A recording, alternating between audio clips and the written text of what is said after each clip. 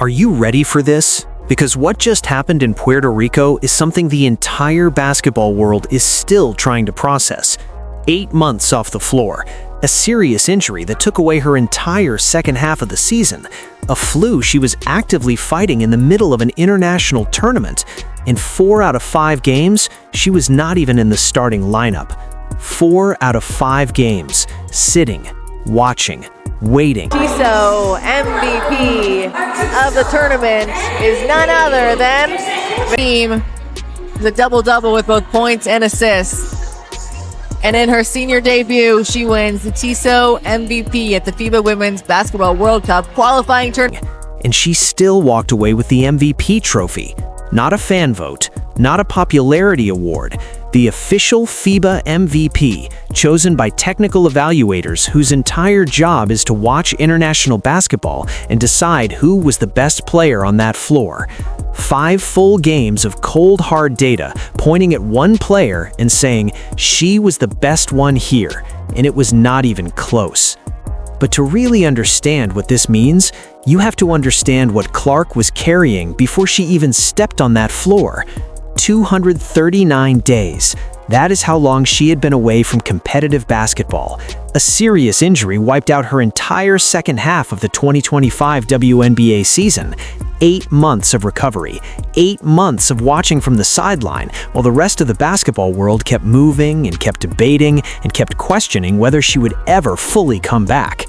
And then she showed up in Puerto Rico still fighting a flu.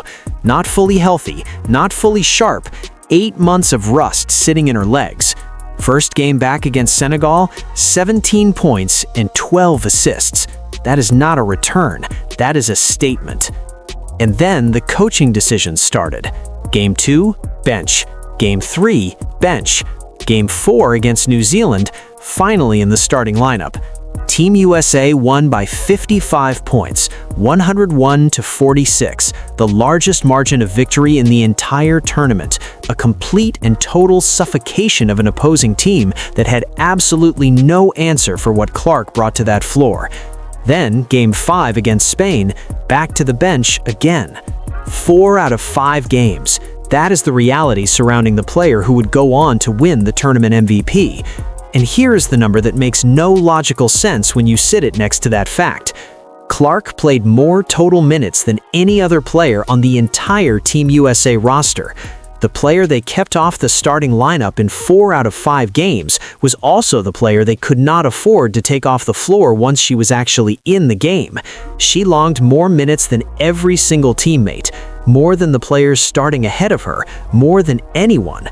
Those two facts sitting next to each other should not make sense, but there they are, right on the stat sheet, clear as day. Spain felt the full force of it in the final game. Spain came in with a real plan, a young, talented core pushing pace and attacking the paint, a defensive scheme mixing zone and box and one that was genuinely giving Team USA serious problems. The score kept going back and forth. By the second quarter, it was tied. Tied against a Team USA squad that had been rolling through this entire tournament. And Clark was on the bench. The offense was grinding, the ball was moving slowly, the half-court possessions were going nowhere. Then Clark checked in. Everything changed immediately. The pace jumped, the ball moved faster, the possessions that had been dying in the half-court suddenly turned into fast breaks and open looks, and the kind of fluid basketball this roster is actually capable of. Caitlin Clark Kent. After being away from the game for nearly 9 months, away from competitive action for nearly 9 months, Caitlin Clark comes back and wins FIBA qualifier MVP. While all the other players are staying fresh, staying in the groove, going down to unrivaled, playing 3v3 gimmick basketball, Spain had a real answer for Team USA's starting unit. They had absolutely no answer for Clark running the offense. Final score, 84-70, but that number undersells how difficult that game was before she took over. Spain was good. Their young players were real. The fact that Clark came off the bench in that environment and made it all look completely manageable is more impressive because of the quality she was doing it against.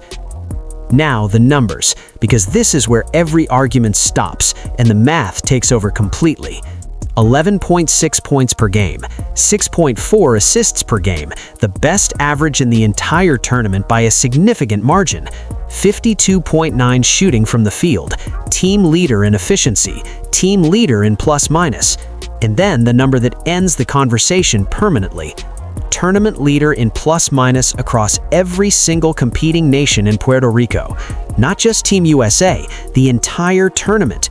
Every roster, every player from every country that showed up in San Juan. When Clark was on that floor, Team USA outscored opponents by a margin that no other individual player could come close to matching for their team. That is the most impactful player in the field, and that is exactly who FIBA recognized when they handed her that trophy. 2 FIBA MVP awards now. The first one came in 2021 when she was just 19 years old, leading the USA Under-19 team to a World Cup championship and walking away with the MVP of that tournament too. One at 19, one at 24, with a serious injury layoff sitting in between, with 4 games on the bench in the middle of the most recent one, with a flu running through her system the entire time she was competing. She has done this before, and she just did it again at a higher level against better competition in a harder situation. That is not luck. That is not the basketball world handing a trophy to the most famous name. That is a player who shows up in the biggest moments and delivers regardless of what the circumstances look like around her. But here is the part that should genuinely excite every single person watching women's basketball right now. This was not Clark at her best. This was Clark at maybe 70 or 75%, still shaking off 8 months of rust, still managing her body through a flu, still operating in a rotation that was never fully built around her strengths until the final 2 games. And she was still the best player in the entire field. Think about what that means for what comes next. The Indiana Fever are getting this version of Clark back, but healthier, sharper, with 5 international games of competitive rhythm already in her legs, with an MVP trophy, with the kind of deep, unshakable confidence that only comes from proving every doubter completely wrong in the most public and statistically undeniable way possible. And the chemistry she built with Paige Bueckers over these 5 games in Puerto Rico is real, and it is traveling back with her. Those two did something in 1 week that usually takes a full season to develop. Pick-and-roll reads happening before the defense could react. Transition passes already loaded before Bueckers cleared her defender. Real trust built in real time against real international competition. International defenses are going to have a genuinely unsolvable problem with that combination when Berlin arrives. Team USA went 5-0 in Puerto Rico. 210-point differential, not a single loss, not a single game where any opposing team made them uncomfortable for more than a quarter. That was Team USA without Clark starting 4 out of 5 games. Imagine Berlin when she starts every single game from the opening tip. 8 months off the floor, 4 games on the bench, a flu the entire time, and she still led every meaningful statistical category in the entire tournament. She still posted numbers that no other player across any competing nation could match. She still walked up to that podium and accepted the trophy that the data had been pointing toward from Game 1. The Downers had 8 months to build their case while she was injured and silent. FIBA just answered every single one of them. 1 trophy, 1 record, 1 name. Caitlin Clark. Youngest MVP in qualifying tournament history. And if Puerto Rico was her at 70%, the basketball world is genuinely not ready for what is coming next. Drop a comment right now. How excited are you for Berlin? How excited are you for the Fever this season? Because Puerto Rico was just the preview. Subscribe and turn on notifications. The main event is coming.